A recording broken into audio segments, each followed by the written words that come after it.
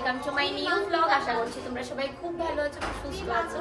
তো সবাইকে জানাই মহাষষ্ঠী। তো ষষ্ঠীর দিনে আমরা সবাই মিলে বেরিয়ে পড়ছি পূজা দেখার জন্য। আর বাড়ি থেকে কিন্তু সন্টু কাকিমা সবাই এসেছে, দেখো এখানে মাহিও আছে।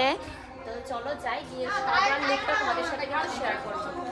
তারপর দেখো এখানে আমরা সবাই মিলে কিন্তু বেরিয়ে পড়েছি। একটা টমটমে আমি, ভাই, আমার দুই বোন বসেছি, আর আরেকটা টমটমে মা, কাকিমণি, বাবা, আন্টি ওরা সবাই। আর প্রথমেই কিন্তু কলেজ স্টিলার ওইখানে যে প্যান্ডেলটা হয়েছে সেইখানে গিয়েছিলাম আমরা। আর এই প্যান্ডেলটা বিশ্বাস করো এত সুন্দর হয়েছে। তোমরা কারা কারা এই প্যান্ডেলটায় গিয়েছো আমাকে কিন্তু কমেন্ট করে জানিও। আর ভিতরটা সত্যি বলছি অসাধারণ হয়েছে। আর এইখানে দেখো আমাদের সবাইকে কীরকম লাগছে তোমরা কিন্তু অবশ্যই কমেন্ট করে জানিও।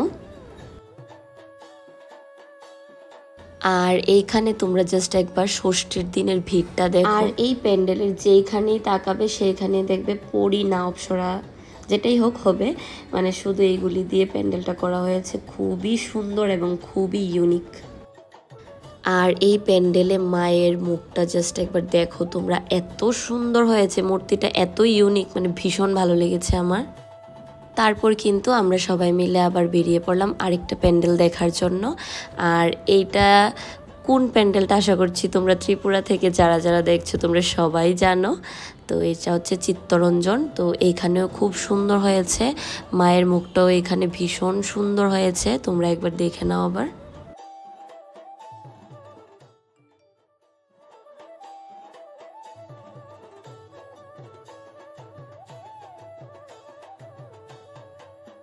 তো চিত্তরঞ্জন দেখে এসে কিন্তু আমরা চলে আসলাম শান্তিপাড়ায়। আর শান্তিপাড়ায় এসে জাস্ট প্যান্ডেলটাই দেখেছি, যে ভিড় ছিল তাই আমি আর ভিতরে যাইনি।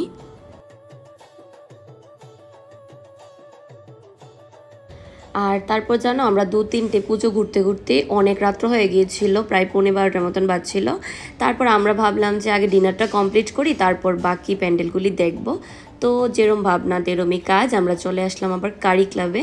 আর কারি ক্লাবে এসেও প্রায় 10-15 মিনিট মতন ওয়েট করতে হয়েছিল আমাদের। তার কারণ হচ্ছে সিটই ছিল না, আমাদের লোক সংখ্যা বেশি, তাই সিট অ্যারেঞ্জ করতে একটু টাইম লাগলো। আমরা ষষ্ঠীর দিন স্পেশাল খেয়েছিলাম বাসন্তী পোলাও, তার সাথে হচ্ছে কড়াই চিকেন, আর ছিল চিকেন বাটার মশলা, যেটা আমার ভাইয়ের খুবই পছন্দের খাবার।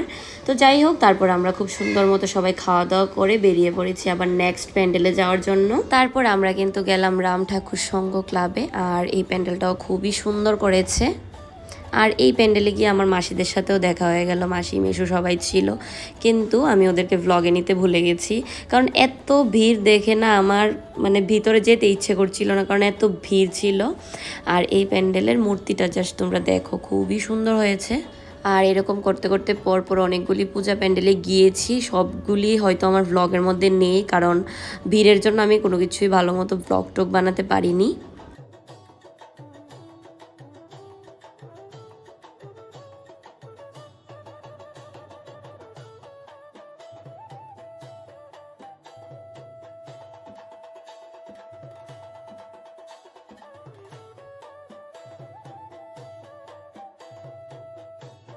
তো আমি যতগুলি পূজা প্যান্ডেলে গিয়েছি সবগুলি তোমাদের সাথে শেয়ার করার চেষ্টা করেছি।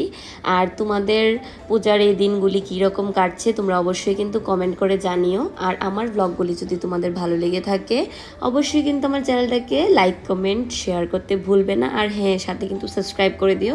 আর আমি রাতের বেলা না ঘুমিয়ে পূজা দেখতে দেখতে আমার গলা পুরো ভেঙে গেছে।